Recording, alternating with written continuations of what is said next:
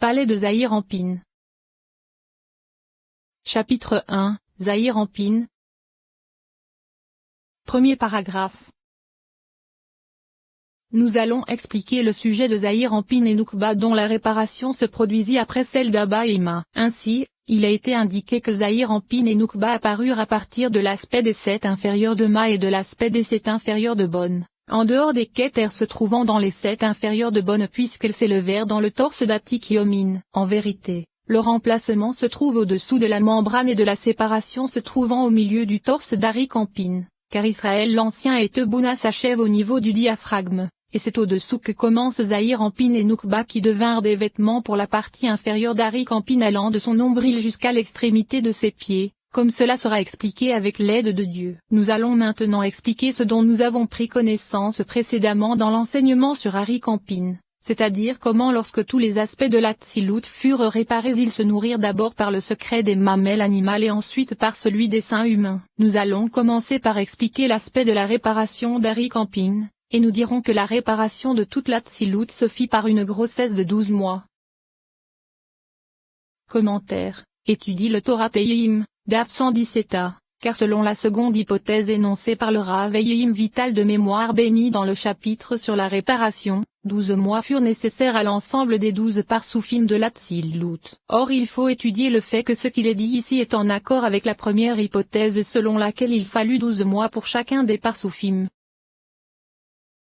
Cependant je ne saurais dire à quel endroit se fit cette grossesse. L'homme intelligent comprendra par son propre entendement. Ainsi, alors qu'Arik-Anpin se trouvait dans le secret de la grossesse, il fut enfanté, sorti à l'extérieur et descendit vers le monde de Beria, c'est-à-dire vers ce qui deviendrait ensuite le monde de Beria car celui-ci n'avait pas encore été créé. Et il descendit au-dessus de deux parties inférieures des Nezayot d'Atik et Omin dont nous avons expliqué plus haut qu'elles se tiennent en bas, dans le monde de Beria. Et là, Arik-Anpin se nourrit de ces deux parties qui se trouvaient à l'extrémité des pieds, à l'image de deux mamelles animales car les mamelles sont juxtaposées aux pattes. L'homme intelligent comprendra comment l'aspect des mamelles apparut précisément en bas, il n'est donc pas besoin de nous y attarder. Et après s'en être nourri, il grandit davantage, s'éleva dans l'Atsilut et ses 10 séphirotes revêtirent les 7 inférieurs d'Atik et Omin comme cela a été indiqué. Nous en avons ainsi terminé avec la réparation d'Arik-Anpin. Mais ensuite, Abba et Ima furent également réparés, et leur réparation se fit grâce à la grossesse. Et après cette grossesse,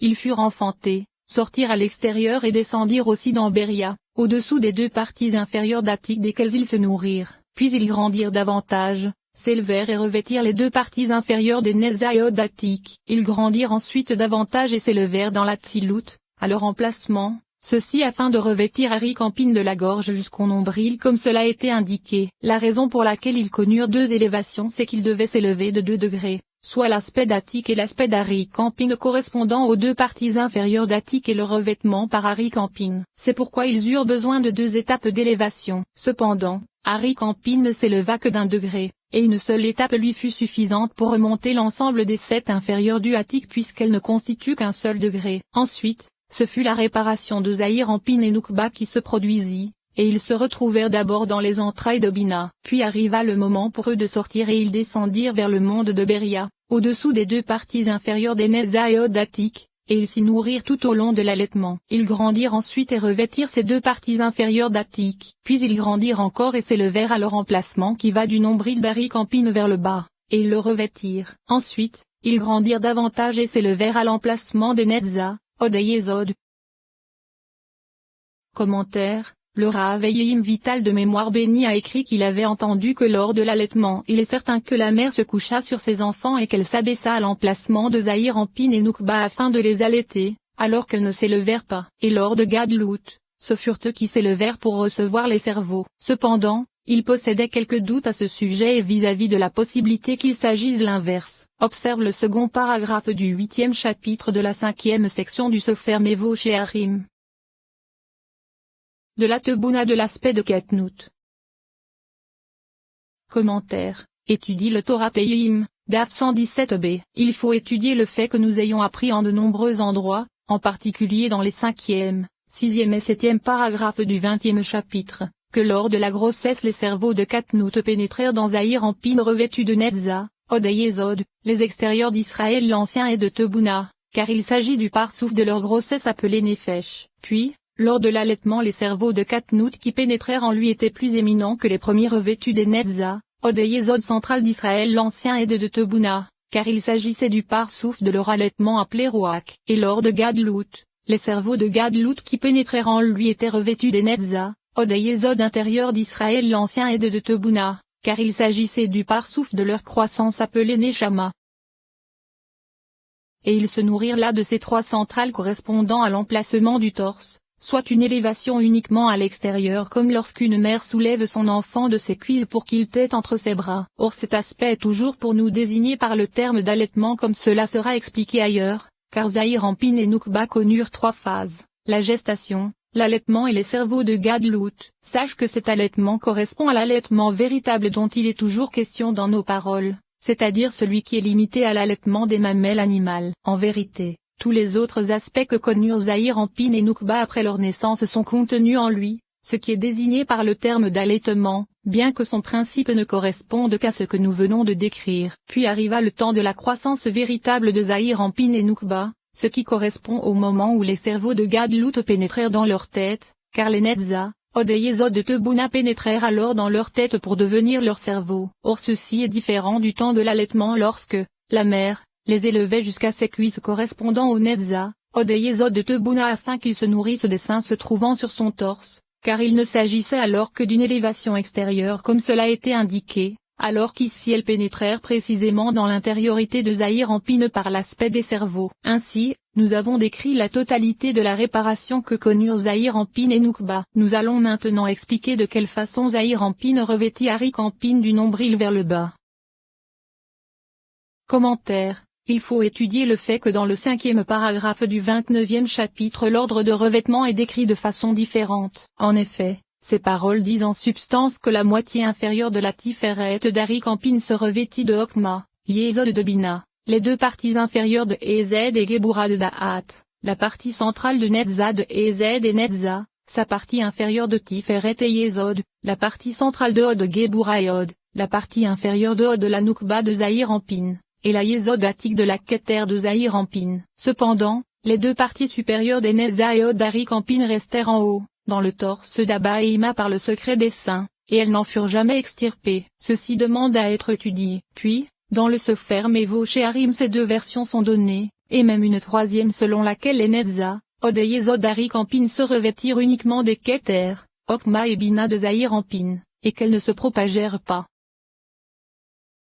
Ainsi, la Keter de Zahir Anpin va du nombril jusqu'à l'extrémité du torse appelé Tiferet se trouvant au niveau du sommet des cuisses. Les trois parties de la Netzah d'Arik Anpin se revêtirent de l'axe de droite de Zahir Anpin qui correspond à Hokma, Ezed et Netzah, alors que les trois parties de la Od d'Arik Anpin se revêtirent de l'axe de gauche de Zahir Anpin qui correspond à Bina, Gebura et Od. La Yesod d'Arik Anpin se revêtit de l'axe central de Zahir Anpin qui correspond à Da'at et Tiferet, et la Noukba de Zahir Anpin apparut à partir du torse de Zahir Anpin vers le bas, tout comme Zahir Anpin apparut précisément à partir d'Arik Anpin. Il se trouve que Zahir Anpin revêtit Arik Anpin jusqu'à l'extrémité de ses pieds, de tous les côtés. Et c'est également à cet endroit que s'achèvent les pieds de Zahir Anpin et Noukba, c'est-à-dire à l'extrémité du monde de la Tzilut. En vérité, les deux parties inférieures des pieds d'Atik, soit la partie inférieure de Netzah et de Od Atik, s'avancent davantage vers le bas et se trouvent à la limite du monde de Beria qui est situé au-dessous du monde de la Tzilut,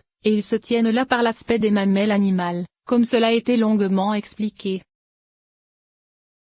Commentaire. Étudie plus haut le 6e paragraphe du chapitre sur la conception d'Abba, Ima, Zahir Anpin et Noukba.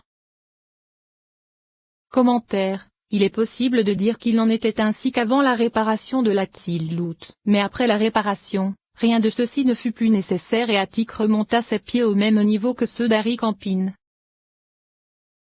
Commentaire. Ceci correspond à ce que nos maîtres de mémoire bénis ont dit. Dans l'avenir le Saint béni soit-il fera hériter à chaque juste de 310 mondes. Le sujet en est qu'Arik Anpin correspond à l'aspect de la Keter de l'ensemble du monde de Yatzilut, comme nous le savons. Or cet Arik Anpin contient 620 lumières selon la valeur numérique du mot Keter, comme cela est indiqué dans le Sefer Abaïr. Ainsi, le juste supérieur qui est Zahir Anpin prit la moitié de Keter car il revêt Arik Anpin sur sa moitié inférieure. Or la moitié de Keter c'est 310. ce qui correspond aux 310 mondes, dont hérita, le juste Kesaï Rampin. Étudie la Parashat Teruma, Daf 166, à propos de la parole que nous venons de rapporter. Second paragraphe.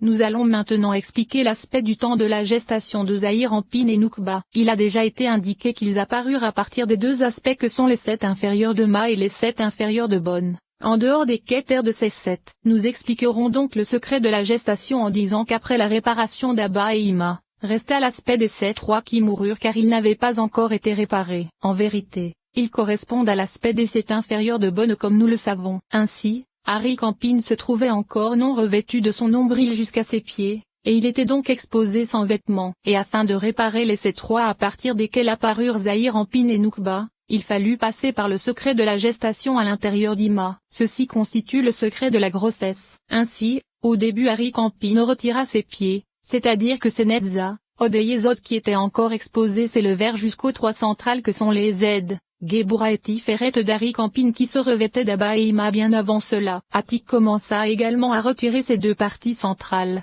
au-dessus des 2 parties supérieures de ses Od et Yesod, ainsi les 2 parties supérieures se revêtirent de 2 centrales. Cependant, la Yesod Atik n'eut pas besoin de s'élever car elle s'achevait au-dessus du torse d'Ari Campin. Ensuite, la Yesod, la Gebura et la moitié supérieure de la Tiferet d'Ari Campin revêtirent les 2 parties centrales de Netza et Od ainsi que la Yesod Atik. Puis la Netza et la Od d'Ari Campin revêtirent sa Yesod et sa Gebura, la moitié inférieure de sa Tiferet revêtit sa moitié supérieure, la Yesod d'Ari Campin revêtit ensuite la moitié inférieure de sa Tiferet, puis la couronne s'éleva vers sa propre Yesod et la revêtit. Ensuite, les Z, Gebura et Tiferet de Zahir Rampin s'élevèrent et revêtirent Netza, Od et la couronne de la Yesod d'Ari Campin. Puis les Netza, Od et Yesod de Zahir Rampin s'élevèrent et revêtirent ses propres Ez, Gebura et Tiferet. Ensuite, la Noukba qui est Malkout s'éleva par le secret de la couronne et revêtit la Yesod de Zahir Rampin. Il se trouve que l'aspect de Zahir Rampin et Noukba s'éleva,